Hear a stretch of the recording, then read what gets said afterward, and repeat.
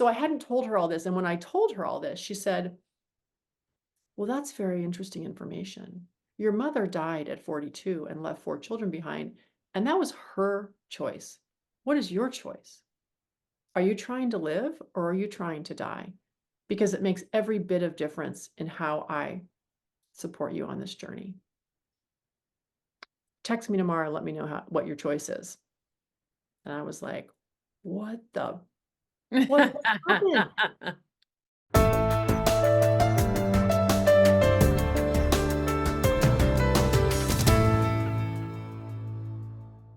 Thank you for joining us on another awesome episode of Bioenergetics Beat. I'm Heather Gray, a functional diagnostic nutrition practitioner and certified bioenergetic practitioner, and this episode is brought to you today by Nikki, Unleash the Wellness Within. It's a non-invasive, easily affordable, and highly effective approach to wellness. It's a wearable device that puts frequency better based life in your hands and on your wrist. Say that 10 times fast. Make sure to stick around to the very end. You're not going to want to miss one thing that this next guest has to say because she's incredible.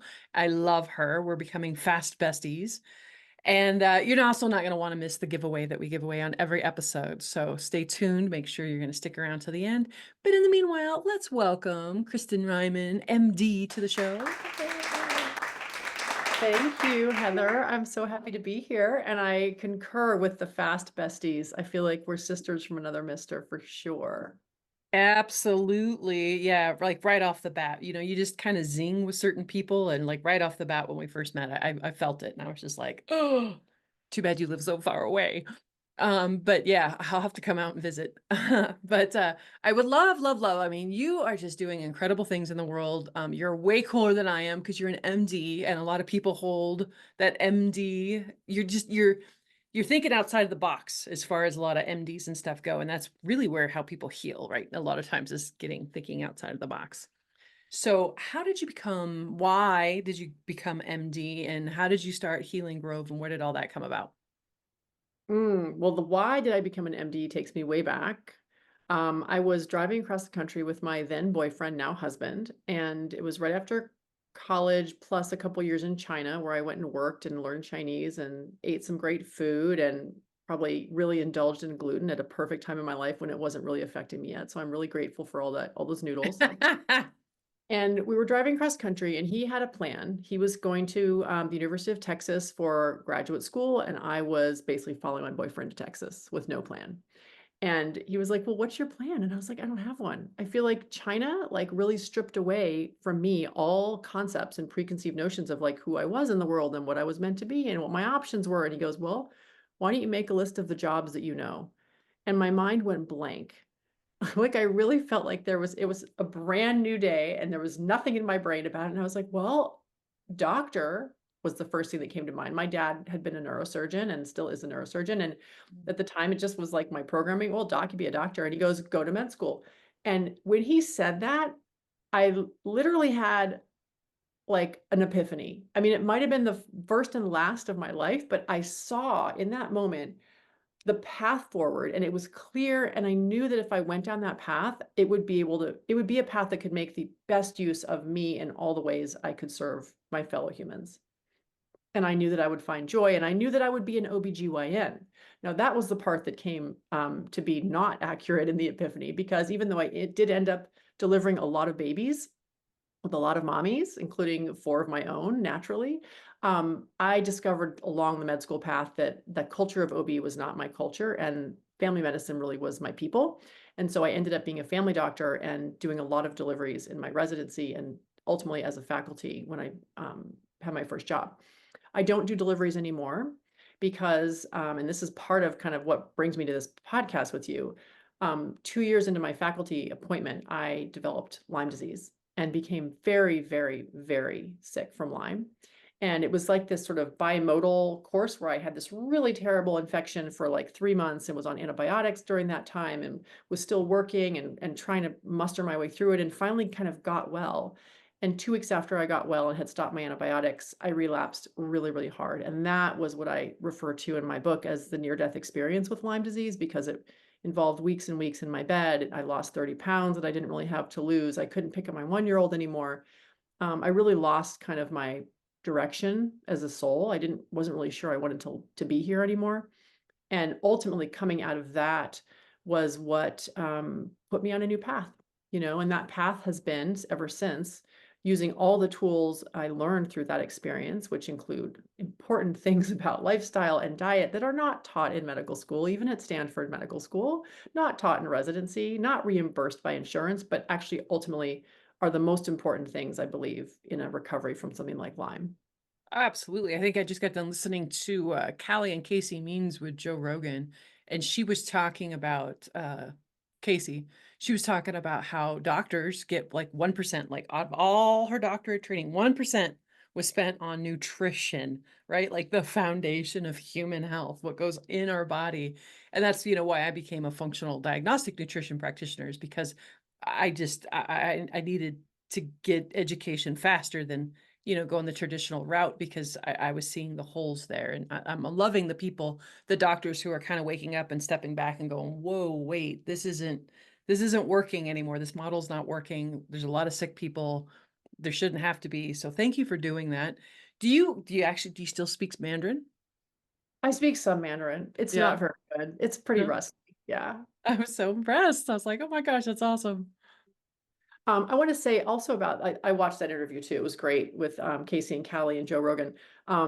It was I think she's more recent than I was at Stanford, but it's still I think super accurate that there's just not a lot of nutrition taught. And there was nutrition at Stanford in an elective I took for about an hour, like about an hour. And people often say, well, like, I want to come to you and learn these things because you're an MD. And I'm like, coming to me because of my MD is the absolute wrong reason to listen to me say anything about nutrition. Like, I've learned everything I've learned the hard way and the right way finally, but it's not because I have an MD behind my name. Right? That's crazy. That's crazy. So, all right. So this is a great spot. We're going to actually take a quick break. When we come back, we're going to learn more about, her continuing in path in Lyme, how she reversed that, why she started Healing Grove.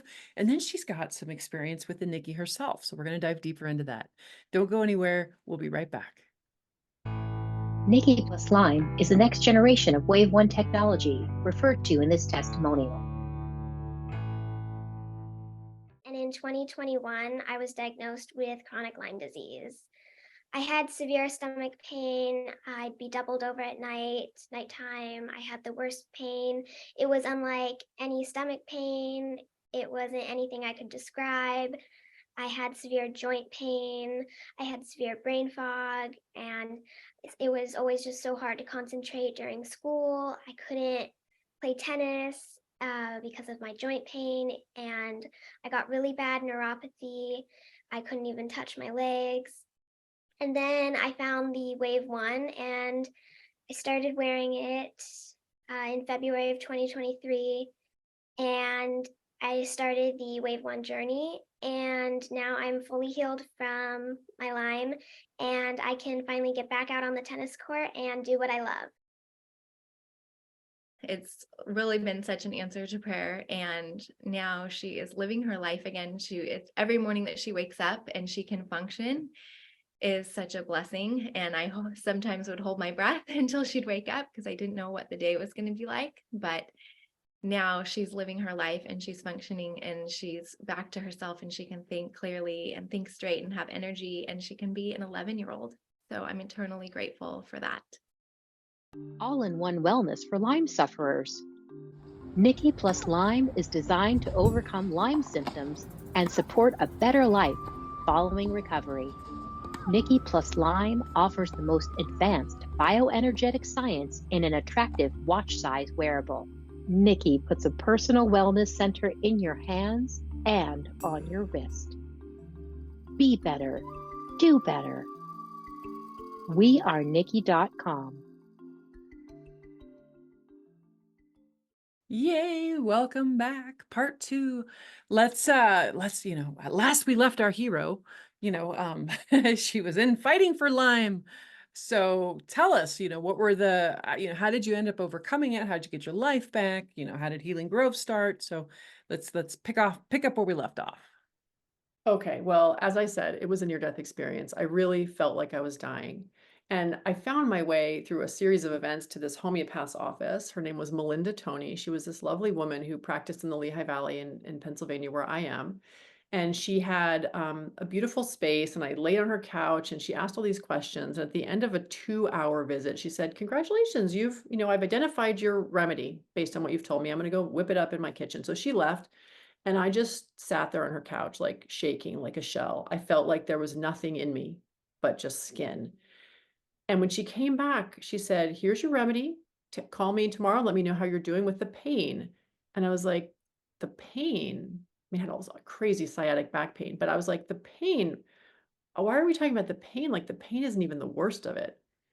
And this poor woman who just spent 2 hours listening to me sat down again and she said, "Tell me what the worst of it is."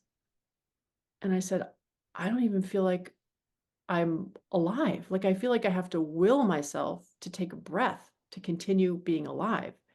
And that's exhausting." And what I hadn't told her was that I was about to turn 42 that year, and my mother had died at 42 after a rare cancer that only 13 people in the world had been described as having, when I was 18. And she'd left 4 children behind. And growing up, I always figured I would die at 42 and leave 4 children behind. And I had 4 children that year. And I remember thinking, like, oh my God, this is coming to pass. And I had just come home. I mean, I just the other day at home come down from my bed for the first time in 5 weeks to have dinner. And my husband said, "Oh my gosh, mommy's downstairs for dinner. Yay." And I was like, "What are you talking about?" And he goes, "What are you talking about? You haven't been downstairs for a meal in 5 weeks." And in that moment, I was like, "Oh my God, you guys probably thought mommy was upstairs dying in her bed, like kind of making light of it." And they all like nodded and looked down at their plates. And I realized in that moment, I had done it. Like, I'd effectively killed myself off at 42, leaving 4 children behind. They were all processing my death, Heather. And I was Self-fulfilling prophecy. Yeah. right. And I was like, oh my God, what have I done? So I hadn't told her all this. And when I told her all this, she said, "Well, that's very interesting information. Your mother died at 42 and left 4 children behind, and that was her choice. What is your choice? Are you trying to live or are you trying to die? Because it makes every bit of difference in how I support you on this journey. Text me tomorrow and let me know what your choice is." And I was like, what happened? But to me, it was like, it went to my heart. And I was like, that is the only question to ask. That is the only important question to ask. Of course it matters. I got back in the car. My husband was picking me up because I wasn't driving because I had all these fentanyl patches and all this crap on for the pain. He was like, "How was the visit?" And I told him what she had said. And he goes, "Do me a favor and text me as well." Oh God. This poor man who'd been doing everything for weeks, like all the Kinderball camps and all the coaching and all the running kids around and all the meal prep and all the everything while I lay in my bed like a corpse. Said, "Text me tomorrow and let me know if you're living or dying." So I went to bed that night and I was lying in bed and I was like, I got to make a decision. Like, it's not fair to anyone to not make a decision. Am I like, how do I make that decision? That's a pretty big decision. And this little voice and said, "Well, you always just imagine yourself going down a path and you feel how you feel on that path and you know what your choice is when you know your feelings." And I was like, okay, well, I'm going to die. And there were no feelings. There was no response. There was like zero, "Oh my gosh, no, I'm not." Or, "Heck yeah, that sounds great." There was nothing. I was like, wow, crickets are chirping. That's bizarre. All right, well, I guess I could die and everybody would just keep going as they're going. I mean, they've kind of already processed it, right? Like, and then I thought, well, okay, let's try the other road. And I was like, I could live. And there was no feeling, but there was this really strong clarity. Actually, this might have been the second epiphany of my life. Now that I think about it, there was this really strong knowing. It wasn't like a booming voice, but it was like, if we are living, there will be no more fear about what kind of doctor you're becoming by learning things like as controversial and radical as nutrition, for example. There'll be no kind of like looking behind you in the hospital to make sure no one's scattering kindling to burn you at the stake, which was kind of like this kind of tribal fear I was fearing, like just so different from all my colleagues and talking about things that seemed to make such perfect sense to me. They were like, "What are you even talking about?" You can't talk about that with patients. And there's only going to be joy and love and bouncing on trampolines and saving the planet. Like that was my kind of ultimatum. And I was like, wow, that's not a feeling, but that's a pretty strong ultimatum. I guess I need to sleep on that. So I went to bed, woke up in the morning, basically ran through the same iteration of that. And I was like, okay, I don't know how to make this decision. And then the next thing I know, I was out of bed. I was walking downstairs. I was having breakfast in the kitchen, kind of like blinking, looking around, going, who is in control of this ship? And my husband was down there and was like, oh, you're down for breakfast. I'm like, oh, I'm down for breakfast. The next thing I knew, I was like in our endless pool. We had a pool in our basement at the time. I was swimming laps in our pool, not really laps, I was swimming against the current. And I was like, how did I even get here? Like, what is happening?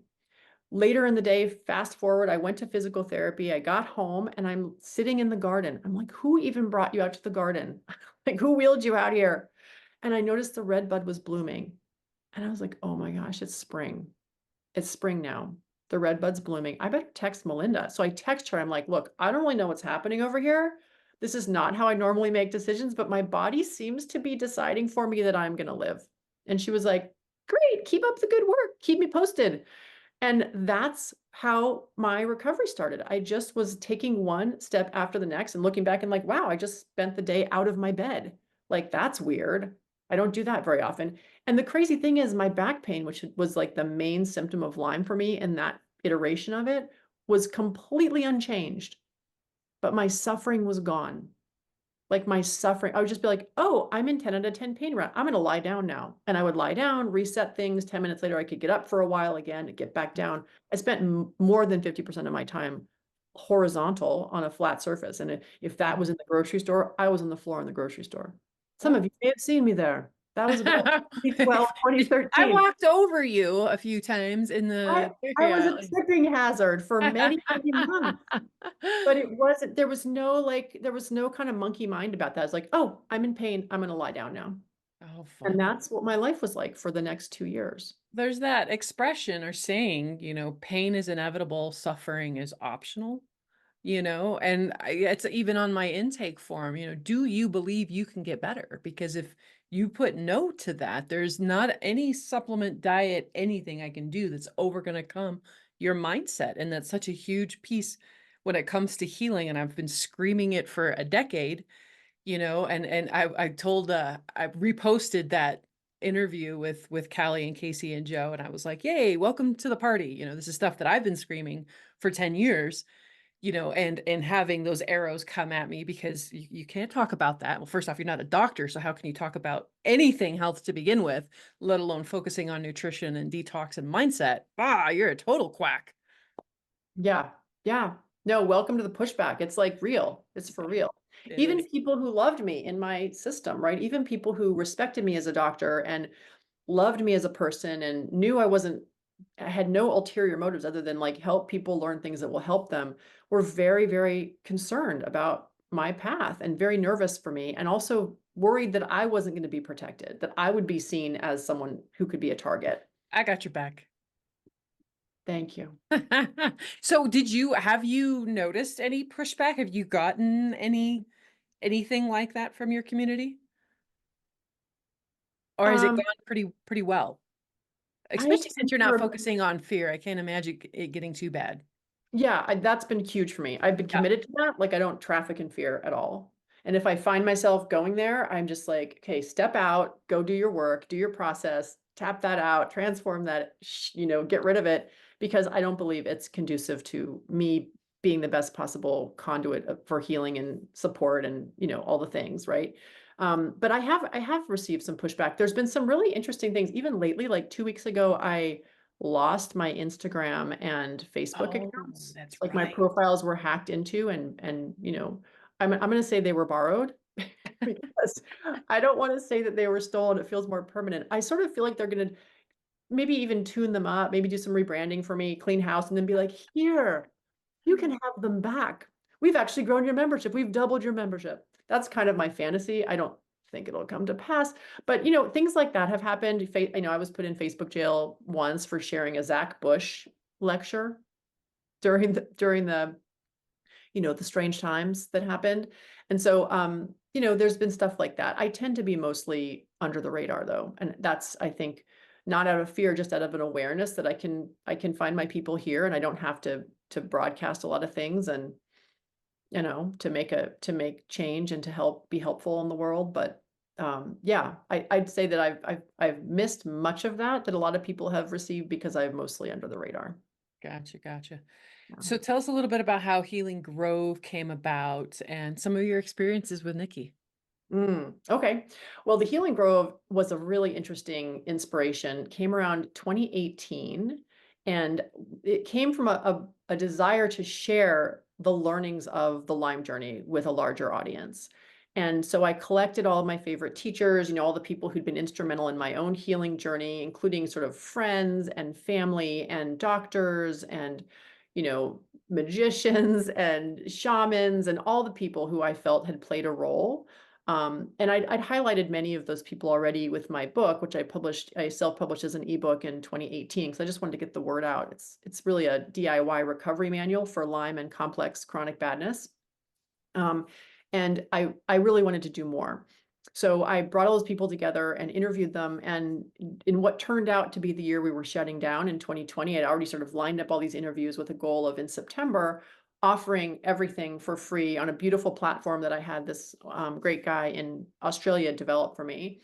I wanted it to be like a welcoming, homey, grove-like space with trees and birdsong. I even captured some birdsong audio from my garden and then had him upload it to the website. So it was kind of like stepping into an old growth forest. That was the vision.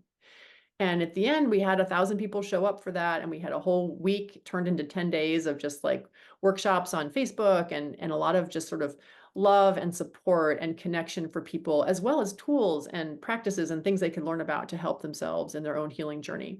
And that evolved over the last 4 years into a membership. So people now who are in the membership have access to all those talks, and they also have access to me every week. So we journey together through the Healing Grove. And, I like to say we're tapping into our roots and our collective wisdom for total 5-limb of the tree healing, meaning all of our parts, right? So that's the Healing Grove. It's, people can access it through my podcast, where I share a lot of those speakers in a weekly, download for people in all the usual places, and including you. I know, I get to come out soon. I'm so You're excited. you're part of our, I used to think of it as if you think about a tree with 5 limbs, you've got the social limb, the conceptual limb, the spiritual, the physical, the emotional. And then I was imagining let's have the speakers be like little birdhouses on each of the limbs so that people can explore their spiritual limb, for example, and who might they find there who might empower them or provide a missing piece on their journey. That's a really important point. Did you guys notice how she said spiritual, emotional? She listed 4 things off, and not one of them had to do with the physical, right? I hope you guys caught that, because there's so much more to healing than just focusing on the body. Yeah. Well, the physical is one of the limbs, but it's only one of the limbs, right? Absolutely. And all the limbs, it turns out, are connected to the tree, right? They're not separate. They're not off doing something kumbaya somewhere else. They're actually informing, involved with, engaged with, and influencing all the other limbs through the rest of the tree. And energy is what flows throughout the whole tree, right? So energetics participate in all of those limbs, all the leaves, all the roots, the whole trunk. It's all energy that sort of moves those things and keeps them connected. Absolutely. How long have you been using the Nikki, and kind of what have some have been what are some of the benefits you've been noticing? So the Nikki story for me started back in, I guess, about 6 months ago, when Free Medica folks reached out and said, "Hey, we love your podcast, and we really think our founder, Stephen Davis, would be a great addition to your podcast." And I was like, "Who's Stephen Davis?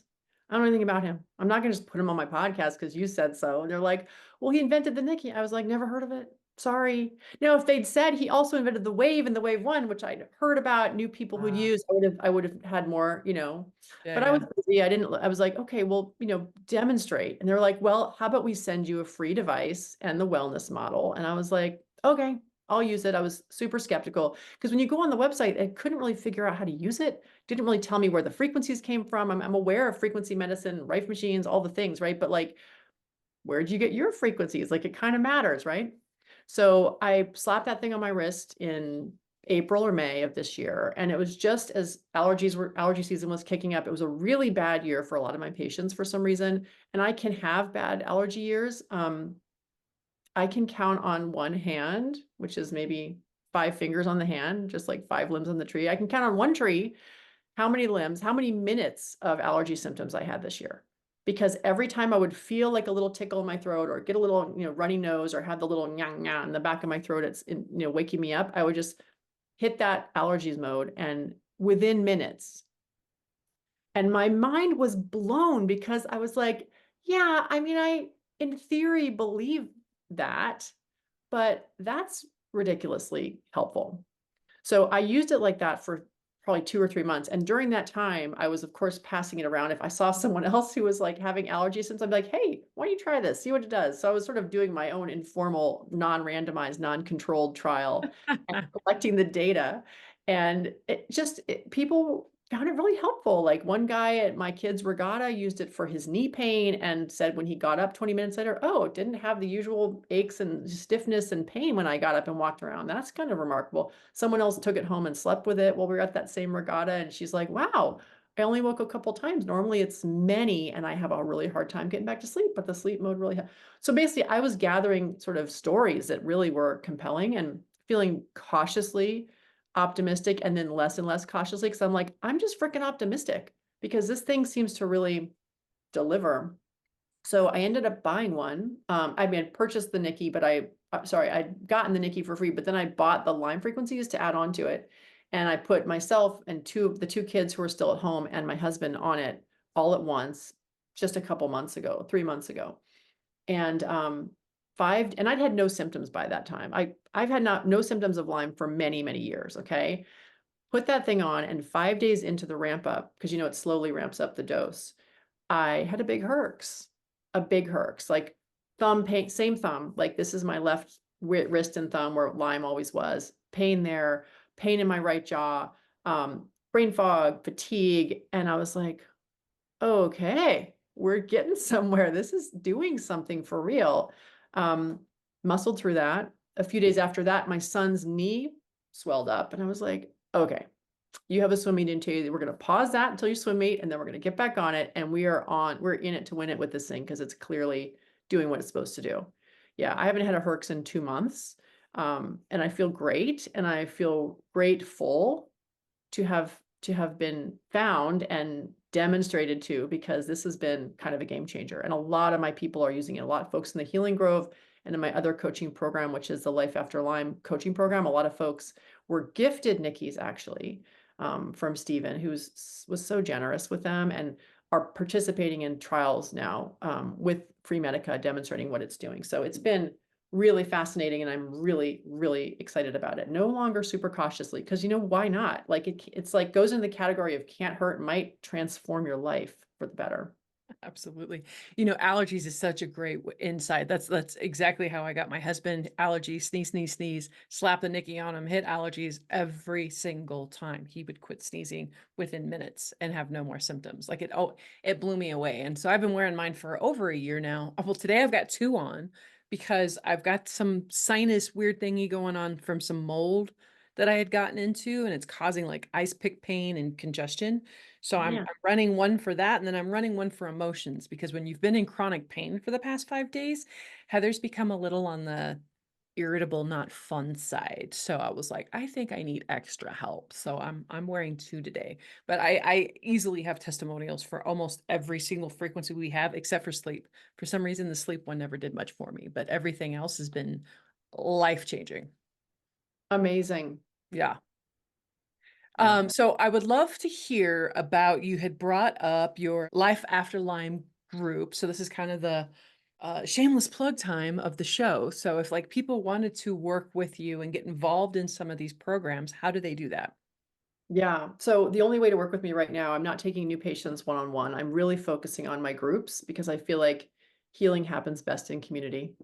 I think our social limb is for real. People need to be surrounded by other people who validate them, who understand what they're going through, and who can support them and also reflect back to them their awesomeness on days they forget it.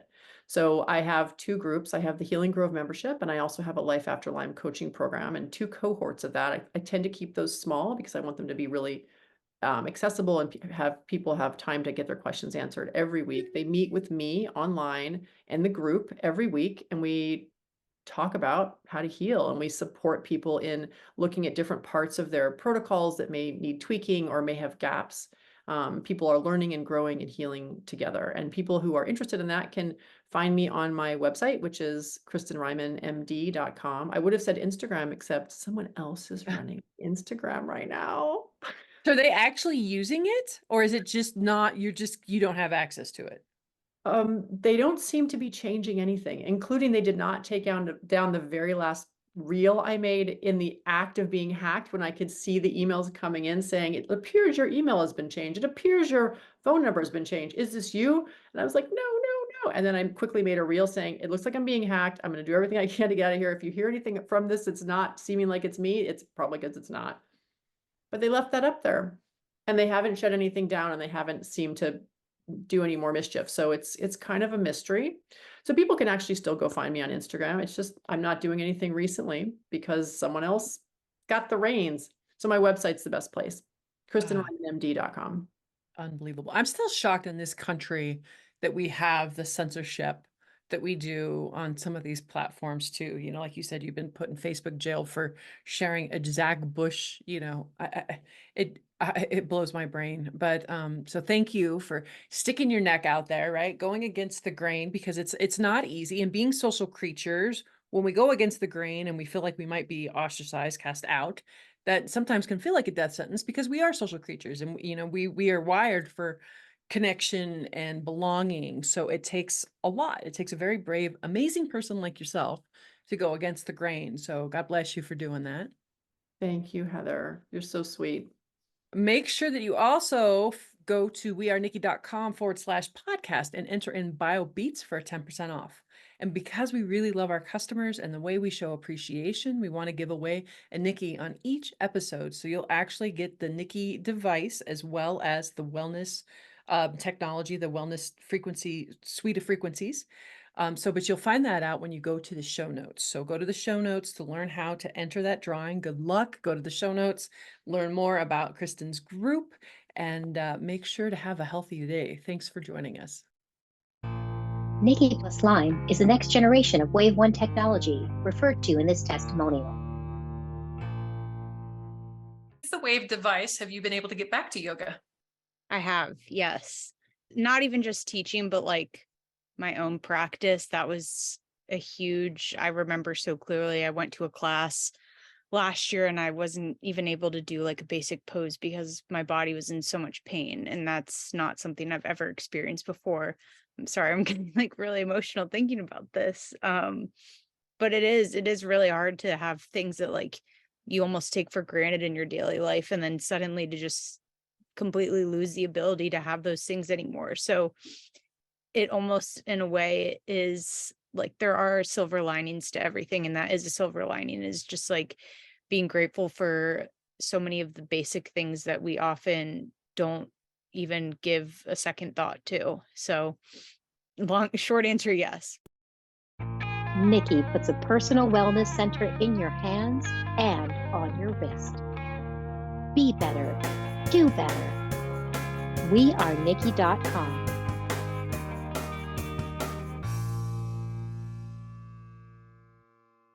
There's a new word for wellness, Nikki.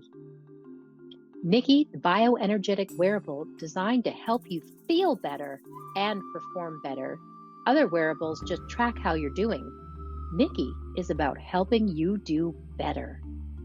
Touch the Nikki screen to choose the frequency you want for what you want to do and how you want to feel. Nikki puts a personal wellness center in your hands and on your wrist. Be better. Do better. wearenikki.com. The views, information, and opinions expressed in this content are solely those of the individuals involved and do not necessarily represent those of Freemedica. Freemedica Technologies, Inc. and its employees are not responsible, nor verifies accuracy any of the information contained in the following content. The primary purpose of this content is to educate and inform. This content does not constitute medical or other professional advice or services.